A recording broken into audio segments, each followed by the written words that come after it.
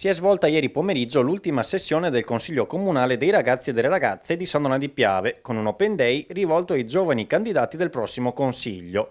I componenti uscenti hanno mostrato quindi ai candidati come si svolgeranno le loro attività nelle 6 commissioni previste dal regolamento costitutivo del 2016 e che sono politiche sociali, cultura, giochi e spettacolo, politica ambientale e della salute, sport e tempo libero e pubblica istruzione.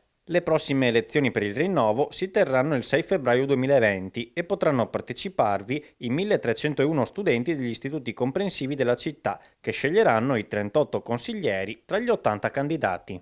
È stata sicuramente un'esperienza veramente educativa e ho anche imparato molte cose, tra cui sia cose su come vivere una vita da cittadino attivo e quindi fare delle attività per la mia città e anche da persona conoscendo cose di più sul mio paese e anche tutto sullo Stato italiano. Com'è stato rapportarvi con il Consiglio Senior? È stato molto bello perché comunque rapportarsi con un sindaco che comunque ha 30 anni in più di te è bello comunque sia rapportare le proprie idee con le sue e magari è bello anche sapere che hai le stesse idee di lui, magari. Francesco Rizzante, presidente del Consiglio Comunale Senior. Stasera avete consegnato anche degli attestati ai consiglieri, assessori e sindaco e vice sindaco uscenti del Consiglio Comunale dei Ragazzi e delle Ragazze. Un consiglio che è importante perché?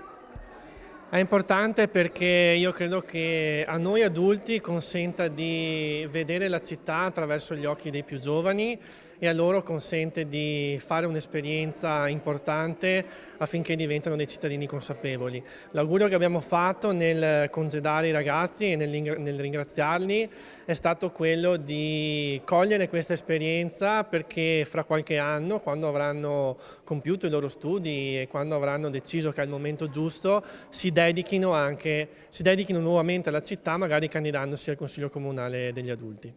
Quando sarete maggiorenni, finite le scuole e finito il percorso di studi, continuerete il percorso politico? Magari si vedrà. Per adesso non so, credo che anche a te sia piaciuto come è andata a finire questa esperienza, quindi magari in futuro potremmo pensare a un futuro politico.